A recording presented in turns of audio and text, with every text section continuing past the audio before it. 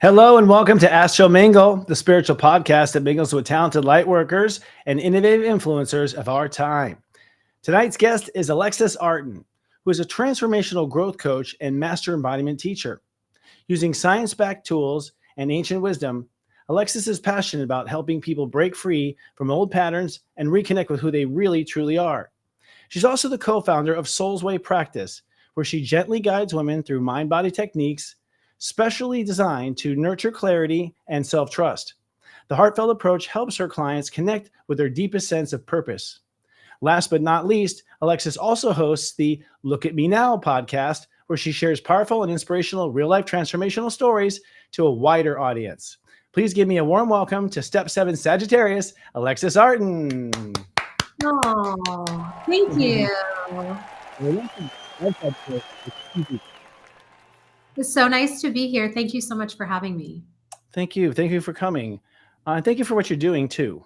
As a guy who was always working on his mother to help her feel better, and 3 boys, and my dad was just mean, so it was like, mom didn't have resources like you, back in the old day. So I think what you're doing is remarkable. But you kind of started more in the Hollywood biz, right? I was reading, in your bio that you had, in the beginning, worked with A-list celebrities and television and film. How did your journey start there? And then how did it transfer out of there?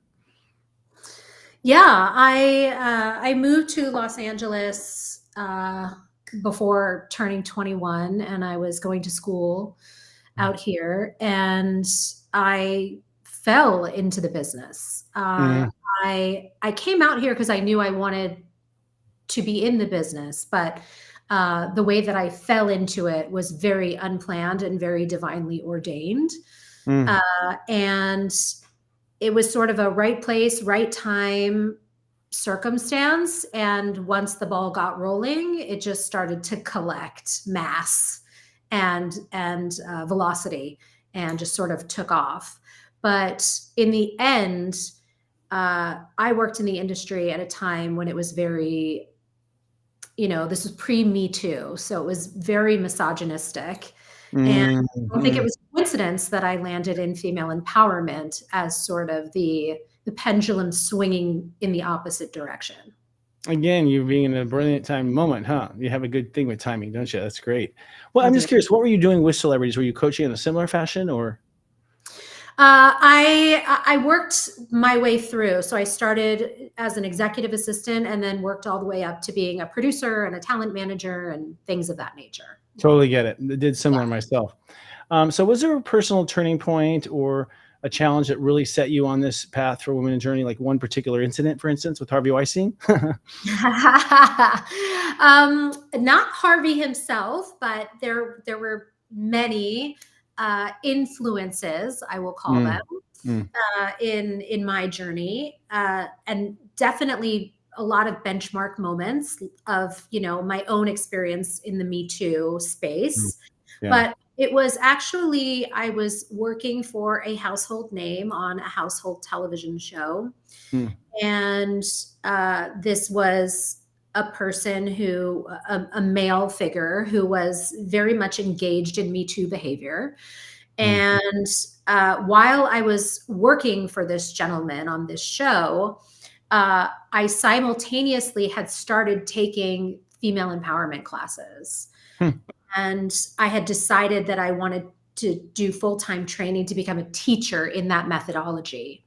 And so in order to maintain my income and my job while I was going through this teacher training, I had to do both full-time. Both were very full-time commitments.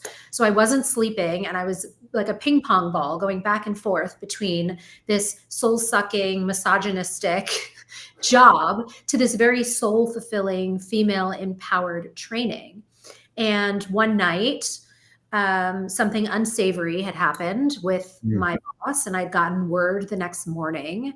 And it just, something unsavory with a massage therapist. And I said, I'm done. I'm done. Yeah, totally. And I don't know how I'm going to pay the bills, because going all in on female empowerment at the time, people said, you are nuts. Even coaching wasn't then what it is today. But I took the leap, and the net appeared. Female empowerment? Exactly. Would you say it was, and don't answer if this is, was it anger or was it just, what was that drive? Because I see that at Sagittarius is a lot, where you just like suddenly shot an arrow and you're out of there. Like, what was the Exactly. emotion? What was the emotion behind that? I'm just curious. The emotion, well, first, before emotion, it was just a real, like a God shot of clarity. It was Oh, clarity of, this is a hard pass for me. This is an absolute no for me. And right. this is an absolute yes for me. And I can't explain myself out of that anymore. I can't talk myself out of that anymore. You Like can't my unsee it. body knew, and my brain was trying to talk my body out of it, but it was like, there's no discussion to be had here. Yeah, yeah. When you see something you can't unsee, basically, that's it, right? Yeah, totally. So, who were your mentors? Because back then, even in Hollywood, I think Mary Tyler Moore. I can think of like a handful. You know what I mean? Like, they were able to make it and be influencers and not be touched. Well, not be messed with, I should say. Who were your mentors and influencers? Well, it's actually very interesting because I have a female coach that I have been with Hmm. forever and a day. I won't even date myself, but I've been with her for a very long time. And I would say that she has been a tremendous influence on me. That's nice. Uh, because she was actually one of the first people at DreamWorks. She was an ingenue that was cast on a major television show out of like thousands of, nameless actresses vying for the job. Hmm. And she left all of that to become a coach herself. And Wow. she really was a pioneer for me. Wow, that's great. How do you define, in your words, embodiment? Because that's a term you use a lot. It's central to your coaching. What is embodiment to you? Well, in plain language, I always like to say to people, don't be intimidated by the word embodiment because you're in a body, like you've done it. If you're in a body, you're embodied. But the work of embodiment to me, in really simplistic terms, is being in dialogue, being in communication with, having a deep relationship with being in a body. 80 to 90% of communication is nonverbal. And a lot of that is going on just within the landscape of, being inside of your skin. And how invested are you in having that conversation and actually hearing the wisdom of your body? And most people see the body as like an Uber for their overworked brains. They don't look at their body as a partner. They don't look at the body as, for me, the soul and the body are complementary opposites, but they're designed to go together. It's like a superhero in its super suit. Like there is a mission and the body is here to serve that mission. But so often we make it about what the body is doing or not doing enough of for us, Mm-hmm. rather than Yeah. revering it for what it actually is here to do. Yeah, I would say most of us are out of embodiment these days, with video games and devices and all the types of things. And Oh, yeah. I mean, we live in a mind over matter society, and the mind will lie to you all day long, but the yes, body can't lie. So you're kind of serving the wrong master. I'm going to coach you on that one. That's brilliant. What does it look like to work with people with embodiment? Because I do readings and people pretty much just stare at me. Like, but for you, there must be some sort of breathing exercise or something that gets you in the body. I mean, there's all sorts of approaches, and everybody's different because we all have Mm, different experiences in our bodies. mm, And we have different belief systems, trappings, if you will, around mm, what the body is, what the body's for, what the body, attracts, what the body is capable or not capable of. There's so much that we have layered onto the meanings and the interpretations and the assumptions about our body. So each person is different, which mm, means one person, it's very easily accessible to get to the body through breath. Whereas somebody else, that's a very unsafe, very daunting mm, mm. ask. Yeah, So, there are so many different approaches, and it's really unique to the individual. and find the combination to their safe, basically. I mean, with most people being stuck in their heads and running from their smartphones, what's like the first or the way the way you access to pull the head into the body? Yeah, I mean, I always invite people to be in charge of their process. Like, give them the dignity of their process. Everything that I ever offer is an invitation. It's never an expectation, because I really want that person to know that nobody outside of them has their power. And so often the reason that we don't have these relationships with our bodies is because the power has been usurped from them in one way or another. Often in childhood, but can also happen in later years for sure. So it's really to just start to create a world in which the body may potentially not only be a safe place, but the best place for you to live. So it's really about opening the pathways, a gentle invitation of allowing your inner landscape to be one that you might actually be safe to go into and actually enjoy going into. And then after that, it's, John Mayer's Your Body is a Wonderland. Like, everything's possible once you're able to really tap in. Interesting. Have you had or experienced any unintended health benefits from your technique? I mean, just being more mindful of the body, maybe bringing a healthier version of it? I mean, absolutely. I'm an open book. So I'm a cancer survivor. And I think that if I didn't have the relationship with my body that I do, I wouldn't have caught the cancer as quickly as I did. That's also to say that my body, I'm in a deep understanding of what I believe of why my body created that cancer. Like, there's a whole story beneath that. But I also know that the way that my body used to be riddled with all kinds of things, I'm not riddled with those things anymore, because I know how to listen to my body and respond to my body on a daily basis so that those things don't accumulate in the way that they used to. And they don't have to show up as anxiety, as depression, as exhaustion or burnout, as dissatisfaction or stuckness, as feeling like I need to eject out of my reality and just dissociate or disembody, or treating my body like it's my bitch rather than my best friend. There's all sorts of ways that it creates benefits. Absolutely. When you learn to regulate your nervous system and take care of your body, revere your body as the asset that it is. You describe your system as fiercely loving. What does that feel like when you're in that process, or what does it feel like for the participant? It carries a range, because sometimes it's really soft and gentle, and other times it is a little bit more ferocious.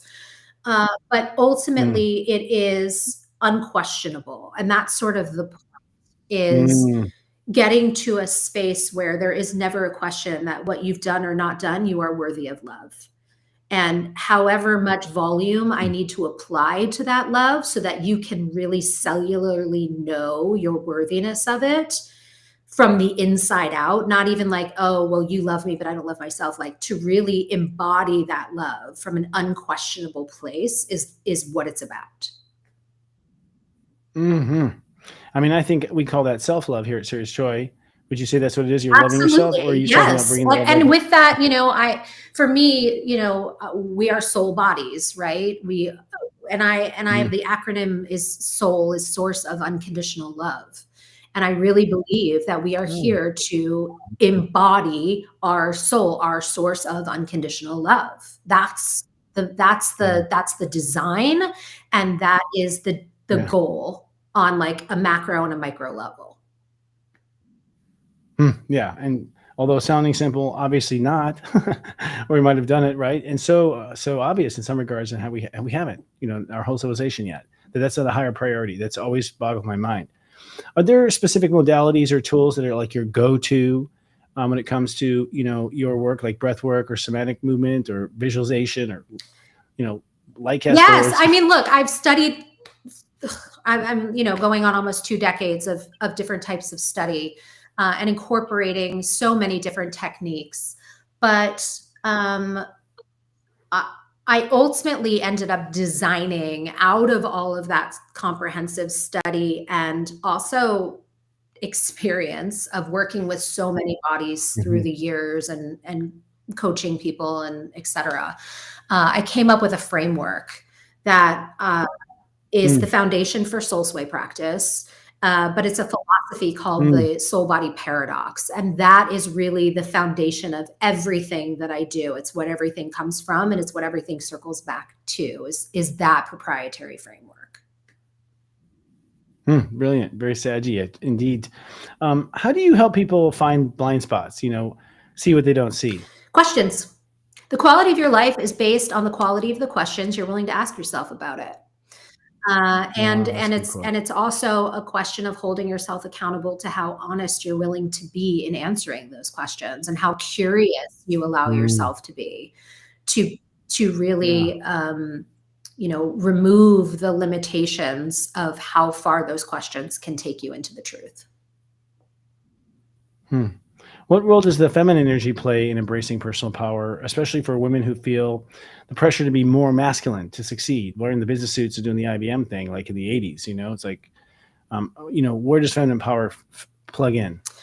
Well, I think it's just about looking at the history of femininity, of the matriarchy, of the patriarchy, of misogyny. I mean, there's so much to discover in terms of how those through lines started to bake themselves into our existence, and how much we've allowed it to filter our gaze. That so much of our gaze is through that sort of patriarchal perspective, and how much we as women oftentimes have internalized our own misogyny. And so much of it, again, just unconscious. It's because it is so inbred into our society, not just here in the States, but everywhere. There's such a vast spectrum of it globally. But I think it's to really look at the roots of where that started, and also to look at all of the ripple effects from those roots down to everything that we believe and buy into here now as women, and questioning it. Again, the quality of the questions is really going to reveal how much influence you're allowing of all of those paradigms in your. I don't even know.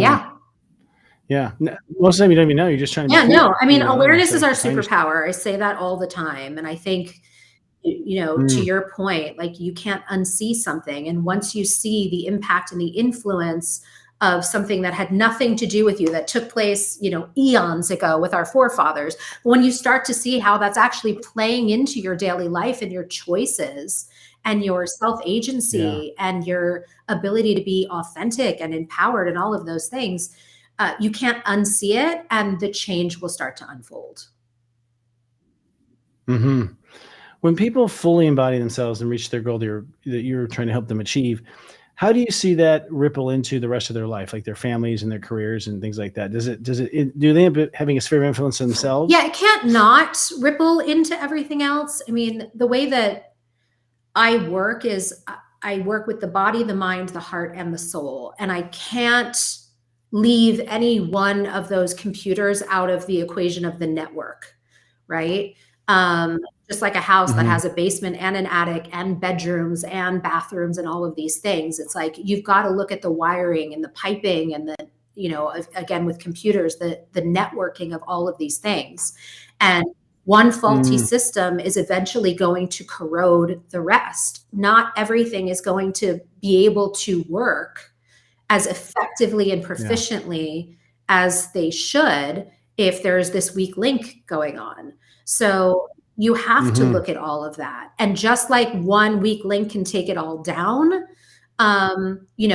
one proper surge of energy can ripple through everything else and upgrade it.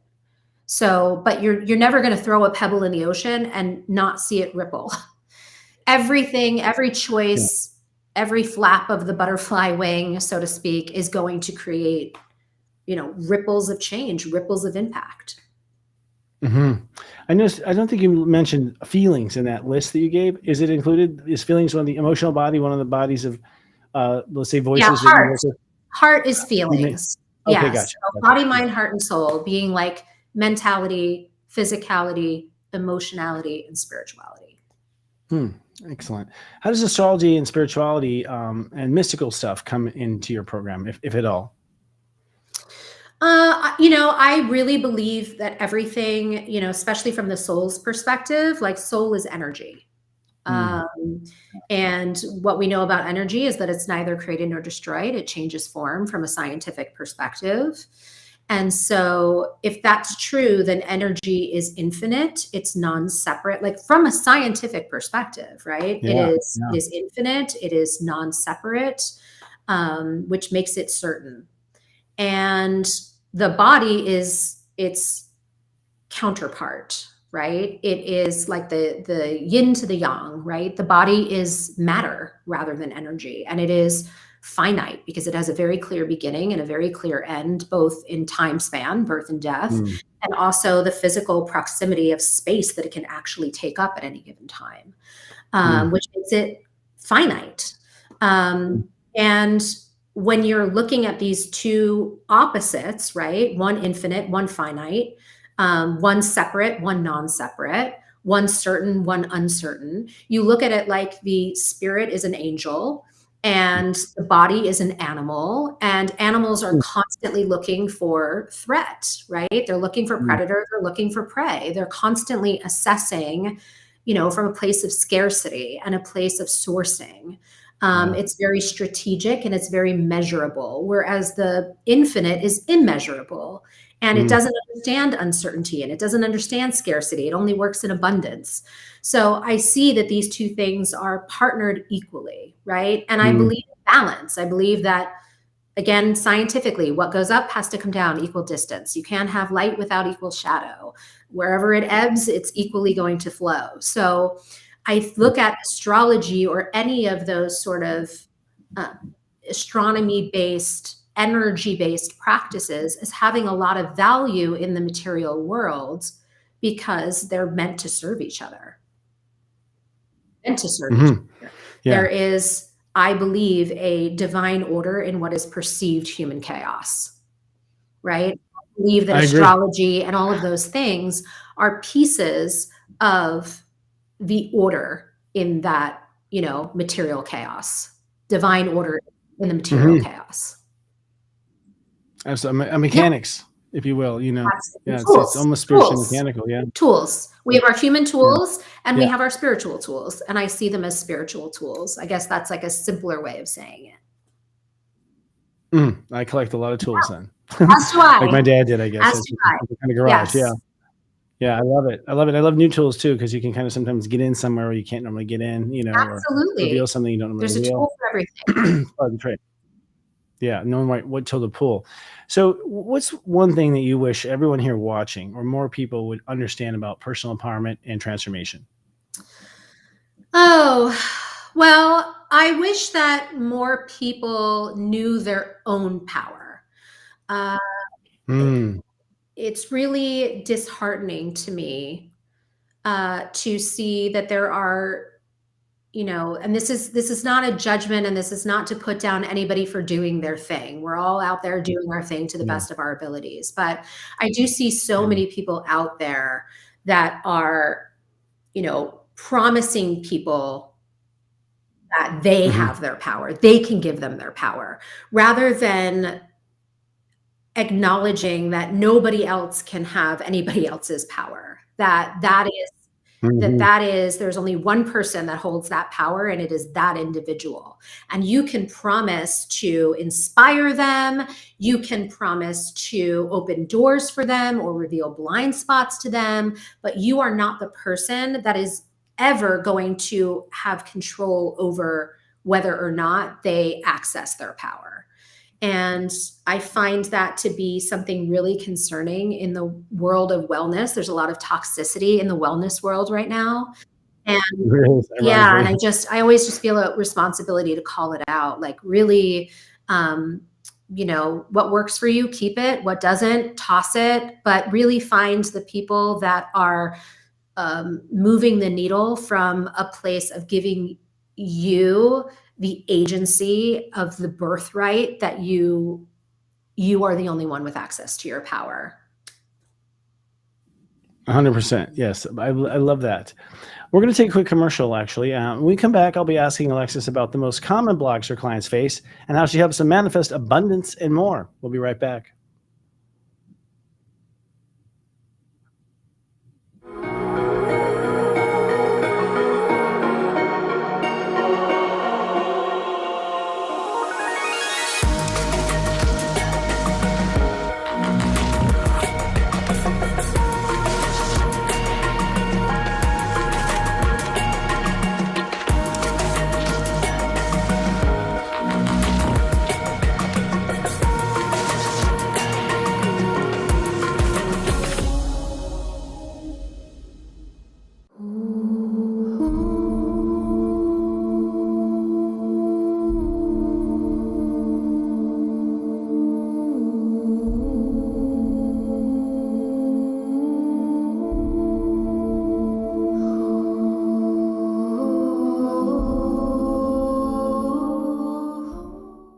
Hi, I'm Lisa Brazelton, the architect of the program and founder of Sage Prosperity Partners. I am excited for you to start your journey in having prosperity in a way you've never had it before. Join me this fall for a couple of different cohorts that are starting.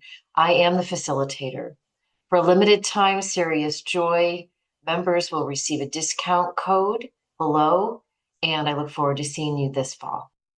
Are you looking for inspiration to grow your conscious business? Serious Joy's Board of Light is a sacred alliance of lightworkers, visionaries, and spiritual leaders dedicated to awakening conscious leadership. As a member, you'll receive professional support in the forms of bi-monthly Congress of Light meetings, exclusive community networking, and an array of guest speaker webinars each month to guide you on your personal dreams. First quarter guest highlights include consciousness architect Lisa M. Brazelton, Dharma coaching expert Sahara Rose, and Chiron specialist Karen Croney. Don't miss this profound lineup of wisdom. Join now for only $250 per year and be a part of the enlightened professional re-evolution. What are you waiting?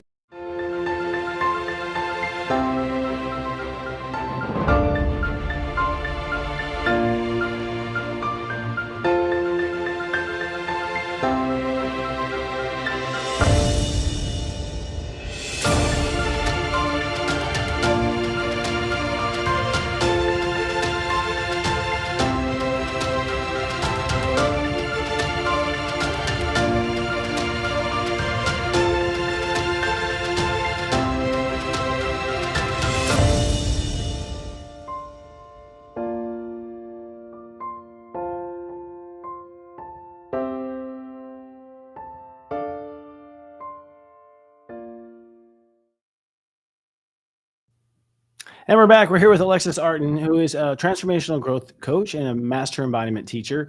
She's using science-backed tools and ancient wisdom to bring people into their embodiment of their enlightenment. I'm assuming that's the goal, coming into their brightest self, perhaps. What are the most common blocks that your clients face when you start the journey? Oh, I mean, everybody comes with something different, but it's never what it is that they think it is. It's never the thing on the surface. It's always something deeper, right? And typically, if I'm like really going to drill down, and I'm not saying this is a blanket statement, but I'm saying 99 times out of 100, it drills down to, I am afraid that I will be alone and in pain without the resources to do anything to change it, and I'm going to die that way. I mean, it really is something that is so primal. And it's void of, again, it's like they get so deep into their animal body, so deep into their humanity, they lose balance with that nature of soul, source of unconditional love, of trust. And that's really the work, is to sort of bring that back into balance so that their humanity doesn't take them down to a place where they're devoid of that trust of self, that trust of divine. I'm wondering what your opinion is on the idea of ascension. I don't know if that's a buzzword in your world, but in our world, in astrology, we're always working towards our ascension, to rise above the human condition. Is that something that's in your work, in the future of your work? Is it relevant at all?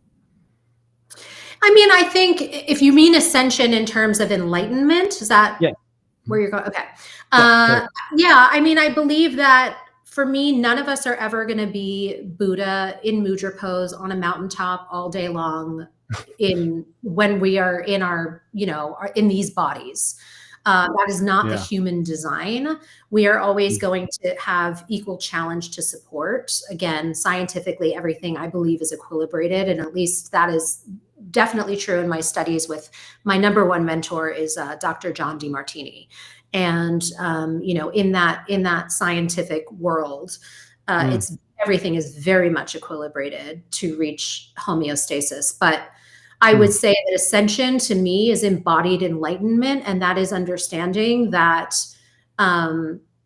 everything, all things being equal, like we are love and we are the embodiment of love. And we move further away from that and then back towards that. And it's just about how quickly we can come back to balance, come back to equilibrated status, come back to gratitude or inspiration or enthusiasm, purpose, mission-driven self, versus going down rabbit holes of misidentifying ourselves or, giving into, belittling ourselves, comparing and despairing against others, all of those ways that we show up against ourselves rather than in the truth of who we are, which is no matter what I've done or I've not done, I'm worthy of love. I'm immeasurable in my worth. It doesn't matter what is on the scale. It doesn't matter what's in my bank account. It doesn't matter how many followers I have. None of that matters. Like you don't look at two babies next to each other and go, this one is going to amount to something. This one, no hope. Like you would never measure two babies that way. And we don't outgrow that. So I don't know why we treat ourselves that way. It's complicated. I think it's built in all the systems everywhere, from commercials to church to business to IRS. It's crazy. Of course. It seems so spread. It seems almost planned. How do you support clients beyond the breakthrough, though? Like it seems like when you start a program like this, you have this big breakthrough, and then I find that it's like gradual, incremental development, right? Breakthroughs aren't every day. So how do you help them sustain that momentum? Again, none of us are ever going to be the Buddha in the mudra on a mountaintop all day. We are always going to be human. Yeah. Challenge is on the way. It's not in the way. We have to expect that challenge is coming. And each challenge is an opportunity for us to continue to grow. That is why we are here. We are growing and we are ascending. We are bodies of light, but we are not devoid of shadow. So it's about embracing that it's a process and continuing to pull on our tool belt and build our tool belt. Our spiritual tool belt, our physical tool belts, our emotional and psychological tool belts. More tools. Tools. Proving that I am just a tool. I'm wondering at what stage do you see a person begin to notice? Because I think about my life with the career of astrology, and I'm so nano, so anal, so like no one could ever be interested in the difference between a thought and a feeling kind of thing. And so there comes this point when clients who were suffering suddenly are interested in these very subtle, esoteric, off the wall kind of topics that you and I teach. Have you identified that kind of phase or that wake up moment, or what stimulates that? I mean, and I'm asking because I need to market, but seriously, have you noticed what triggers it? I think it's different for everybody. I definitely know that there are, portals or sliding door moments when people have these moments where they're available to a certain level of information that they might not have been before. And that could be anything from a near miss in a car accident. It could be an unexpected diagnosis that you get for yourself or somebody that gets, or even just news of your favorite singer got into an accident or got a diagnosis. It could just be reading an article or a book. It could be something that just rises from deep within on a birthday. I mean, there's all these different ways that it shows up, but ultimately it's, when you're ready for the lesson, the teacher will appear. It's really like the question will appear too, right? And again, it really just goes back to when the curiosity calls, are you leaning into it? And I think that the people who lean into it are going to eventually find the work. Yeah, I agree. The curious are the ones to discover first, without a doubt. Well, how about the balance between inner and outer? You know, it's like when I started my career, I was like trying to promise outer rewards for inner growth, like inner work, you know, manifestation, you know, light cast boards, this type of thing. How do you balance inner work with outer work in your practice? Well, I think it's really important for people to understand that.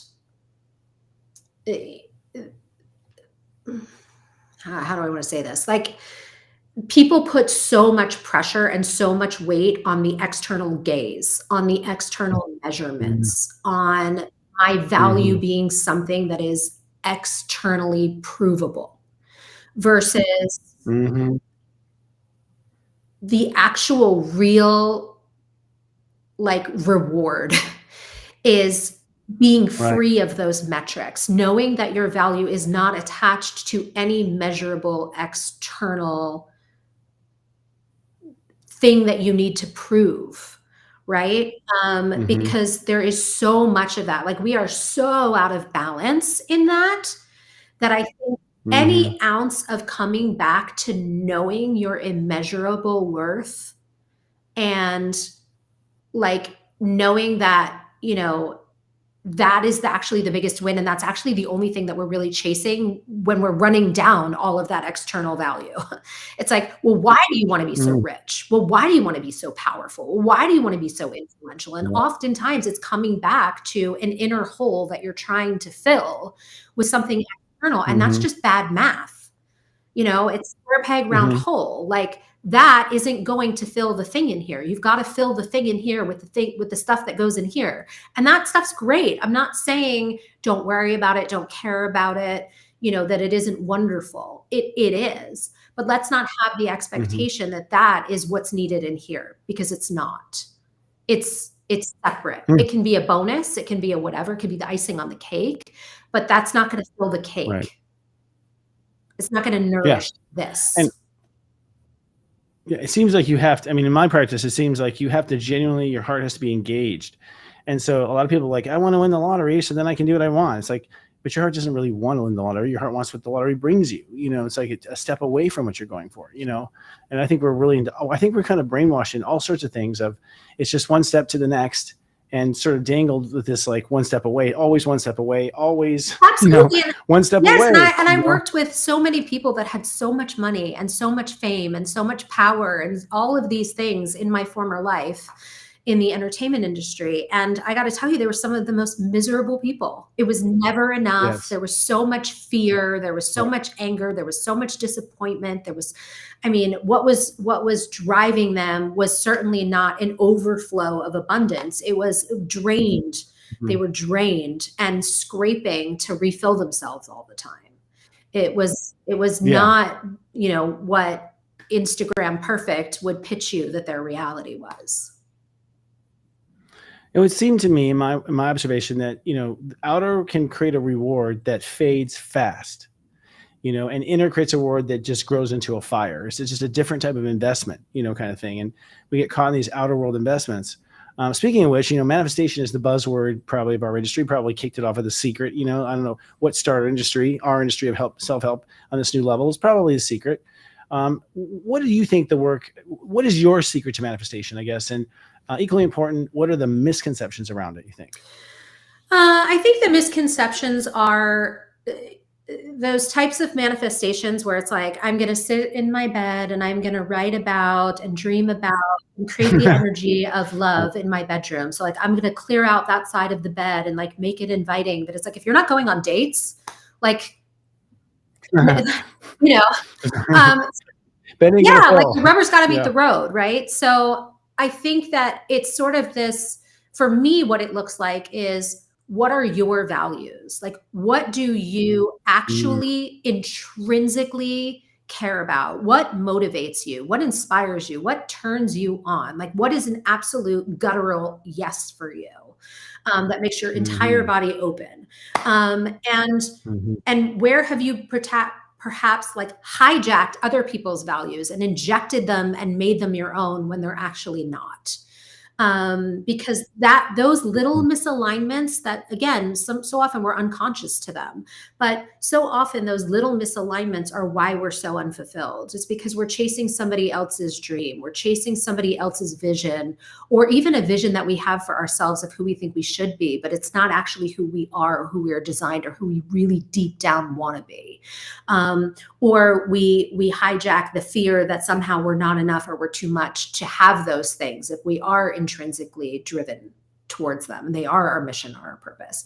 And so I think it's looking at those things and really getting clear and honest with yourself to stand in the truth of who you are, and then live in alignment, take action, aligned action towards those highest values, and do it in a way where you are not mistreating yourself when things don't go the way you feel that they should.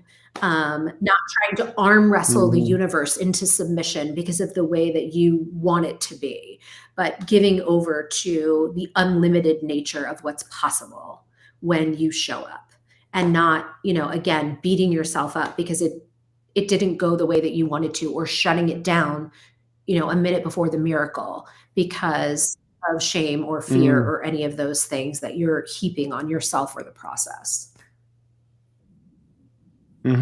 Big tools, fear and shame. You co-founded a company called Soulsway Practice with one of our previous guests, actually, Janelle Mara.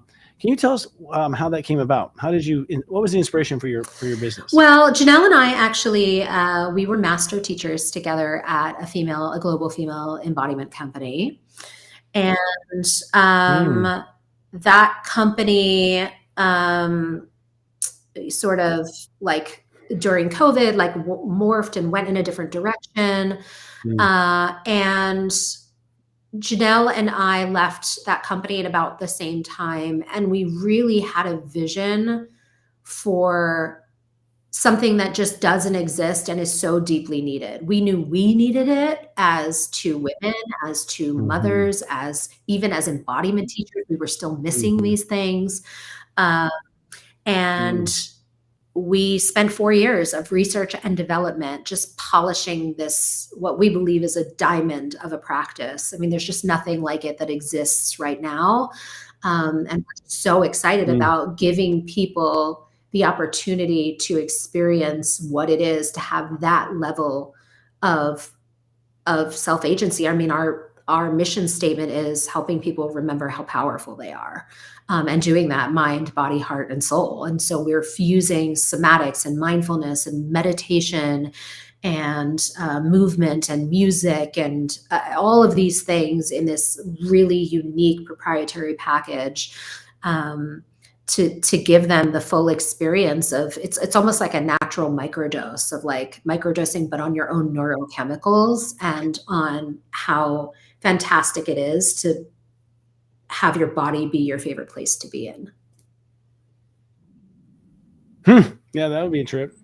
I'm interested in that. What kind of timeline is it? I mean, and what are the kind of stages? Like your feet become unnumb, then you feel your ankles. I mean, is there a process like that, or is it more like electrons blinking in and out of reality based on the person? Yeah, so everybody is different. And there are some people that show up to it and giggle, and there are some people that show up to it and cry, and there are some people that show up to it and just, it's a very slow, like they're a block of ice and they slowly melt, like one little drop at a time. There are some people that have huge aha moments. And then there are other people that are like, I don't know if I can do this. This is like really fucking weird and different and woo and whatever. And everybody shows up to it differently. But what I will say is nobody shows up to this and goes, well, that was boring, or that didn't have anything to offer. Everybody will walk away having a strong feeling about it, whatever that feeling is. But what I will say is there is no other portal to embodiment this profound that exists right now. I believe that. I'm going to look forward to it myself and see what's there. If someone was new to your program, where would you have them start? Yeah, so we actually have different entry points, and we did that on purpose because, again, every single person is different. Some people need different ways in. So I would say there isn't a bad place to start, and we did that on purpose, because it's designed to be very inclusive. It's designed to meet you exactly where you are, no matter what door you enter through. But that being said, we have a virtual studio that has a myriad of different class types so that you can explore a range of possibilities in terms of everything that we offer and ways to practice. That's on demand. And then we also have embodiment courses. So like a 6-week course that you can take that will walk you through an entire embodiment process called Restore. And, it's just like 10-minute daily exercises and then recommended classes that you take with it. And by the end of 6 weeks, it's a complete game changer. 40 days. Yeah, 40 days that's that mark, 6 weeks. I've noticed too in our programs too. There's something about it. Logical theories why, but yeah, it's amazing. You can change your life in that short period of time if you have the right teacher like yourself and the right program. You also are a podcaster. You have an inspirational podcast called Look at Me Now. Yeah. What was the mission of going live with that and the current mission of it now? Yeah, I started that podcast actually right when I started chemotherapy after my surgery. Wow. Okay. From cancer. And, again, just such a profound, the body's wisdom and just the profundity of my journey is I was done hiding. I was done giving my power away. I was done lending my voice and my brilliance to have other people absorbing my light. And I said, I've got a lot that I think can help people. And what am I here for if I'm not utilizing that? Like, that's selfish to withhold that service. And I thought, well, there's no time like the present, considering we didn't know how much longer I was going to have. So I started the podcast then. And Look at Me Now was really about a play on words. Most people would hear Look at Me Now and think that it's rooted in external gaze and exacted revenge. Like, you bullied me in, elementary school, but now I'm this beloved celebrity or successful doctor. Look at me now. Haha, joke's on you. But it's actually the reverse of that. And it goes back to something that I think I've said a number of times in our chat, which is no matter what you've done or not done, you're worthy of love.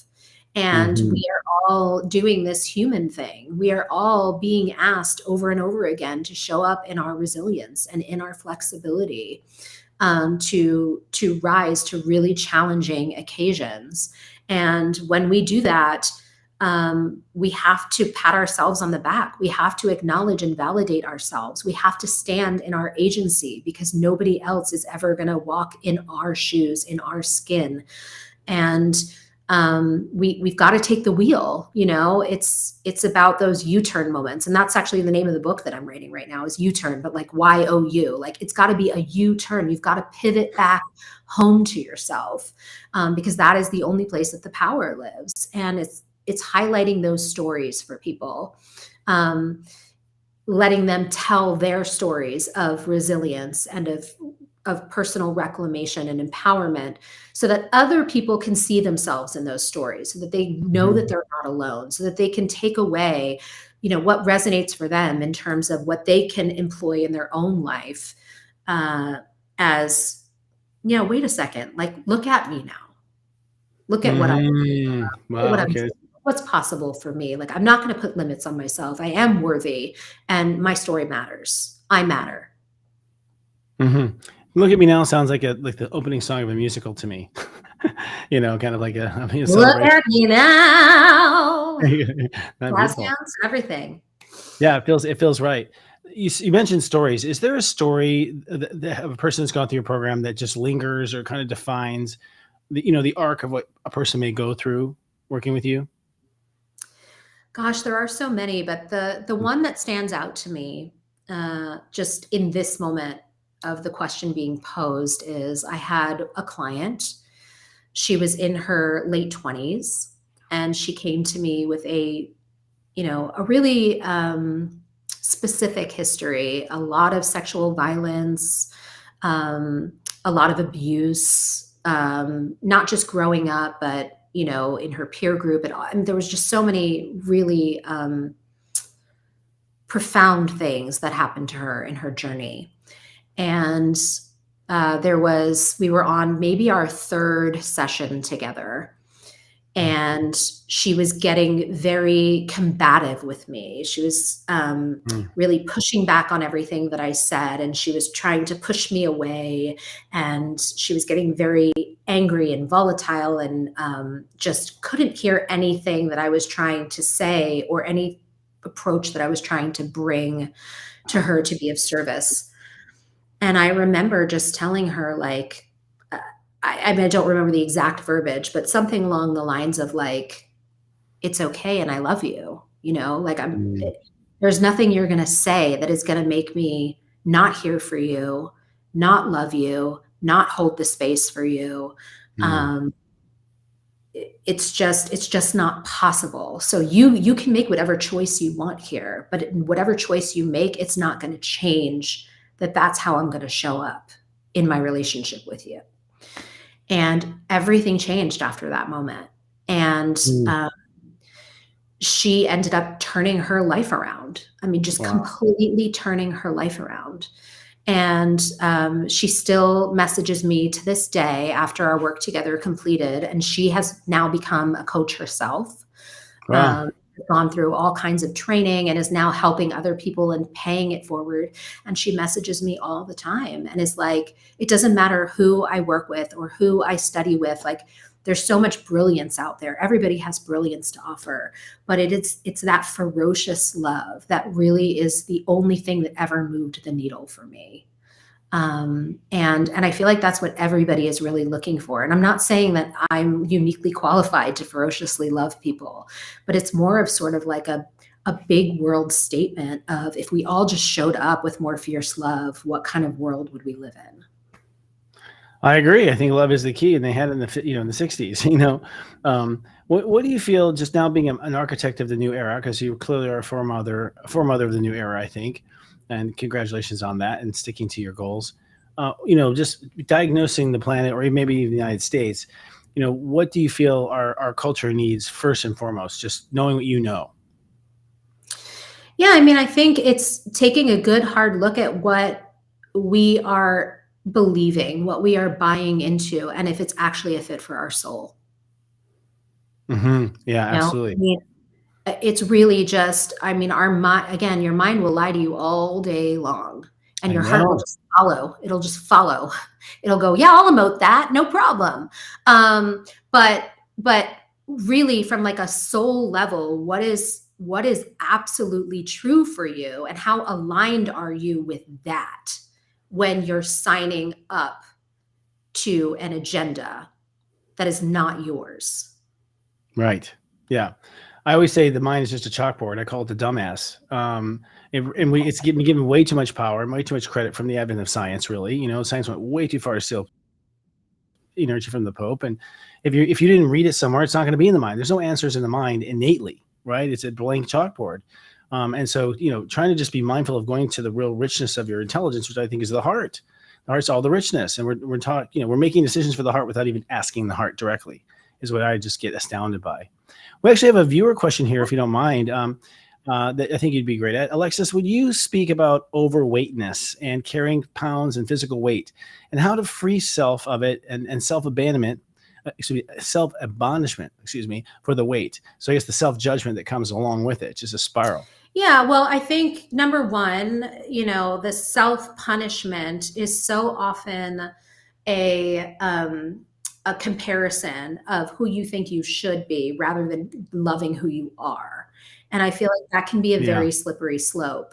But I would ask, you to consider, like, what if that was a little child, like an innocent little child that was carrying that extra weight? Would you look at that child and go, you're so fill in the blank, whatever self-punishing words you use, you're so fat, you're so ugly, you should be ashamed of yourself, to like this sweet, innocent child, right? That's just carrying this extra weight on their body.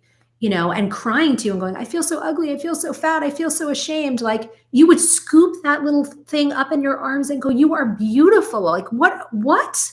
You are so lovable. You are so worthy. You are so everything. Like, the weight means nothing. And if you want to get the weight off, let's make a plan. I can help you with that, but I'm not going to let you say these awful, terrible things. Like, no, you would protect that little thing.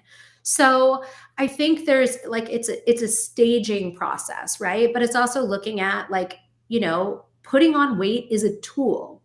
Very often it is a tool. It is a tool, a medical tool. Your body's going, I need this weight for some reason. And we look at it medically. Or it's an emotional tool. And your body's going, I don't feel safe at a lower weight because of X, Y, and Z. So I am going to pack on these pounds. Or, food is a tool. And let's not make it wrong for being a tool. Maybe there are other tools that could suit you better, but let's not shame or judge the tool that you chose when you chose it and you needed it. It served you or you wouldn't have chosen it. Let's not beat it up, but let's go, is there a better tool, right? So it's sort of that reframing and looking at the different layers of why that's happening and how it has served you, and go through the unshaming process before we try to change something from a place that's just creating further shame. It's also a tool of Monsanto, and glyphosate and crap in the food that honestly, it's like, I don't feel, that's where I come to defense. Like, sweetie, you're not eating food. None of us are, and if you look back in the times, we were not gaining pounds in the wilderness or in the farms. We just weren't. There's plenty farm food everywhere. No one's getting overweight. It's really, to some degree, we are victimized and lied to some degree. Absolutely. I say, it's fair. It's fair. And it's so funny to me because, you look at, centuries past, again, just having studied female empowerment and misogyny and all of these things, but like the more voluptuous a woman was in prior centuries, actually the more desirable she was. It's just right now, for whatever reason, the trend is, to be muscular, to be skinny, or to have breast implants, or maybe not anymore. I don't know. I can't keep up. But, it really is, it's so compartmentalized. And I think we have to compartmentalize that. But well said. Well, this has been a great conversation. And I know, just scratching the surface, how do people find you and where can they start working with you today? Yeah, I think the best place to find me is my website because it has my socials. It has everything on there. So that's alexisartin.com. Pretty simple, just my name. And the other thing to try would be soulswaypractice.com. It's just soulswaypractice.com. Soulsway practice. It's really cool. Has a good swing to it. Well, I hope you come back sometime. We can talk about, maybe dive into a particular issue or problem with society and put our brains together. I'd love to work with you more if you want. Same, yes, backstage absolutely. For a second. This was so great. Thank you so much. Totally. We at Serious Joy, we just don't have the time to get into the embodiment. We're all into the spiritual pre-embodiment. So I think we're going to have to, us lightworkers, we're going to have to strategically align and help each other, because we can't, if you're brilliant at what you do, then you can only do so much, right? And you seem to be really brilliant. So thank you for coming. Thank you for having me. This was such a true pleasure. Thank you. Thank you. And we'll see you next time. Bye. Thank you. Bye-bye. Applause. Yay. How about that, folks? Wow. I think, it's so funny. I was thinking about this topic actually today, not even remembering that we have this topic, but I was telling someone of my clients in a reading today that I felt that, believe it or not, I think women are going to be what actually change the world. I've always felt that. My spirits told me that, just because women have this natural embodiment of being caring of their environment and being caring of others. And it's something that's built genetically with women. So I've always been really enthusiastic about the programs that bring women back on track and kind of undo some of this parallel that we've done over the last 2,000 years. So it's bravo. I think we need to have more of these types of programmings here at Serious Joy and point them out.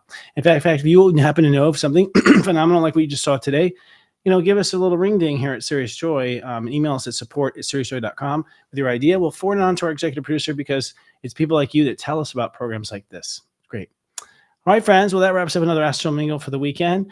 We've got some turbulence going on right now in the skies with our mirages, but over the weekend, you're probably going to come to a new balance with yourself. So I'm just going to say, let's follow Alexis's strategy there. Be kind to yourself. Be nice. Love yourself. And we'll see you next week. Until then, I love you. Live, love, be. Coming up, on Serious Joy. This Wednesday is our monthly welcome party. A cast of star-studded Serious Joy favorites give new subscribers a behind-the-scenes tour of the magic. It's not too late to sign up and join the party. Coming live to SeriousJoy.com.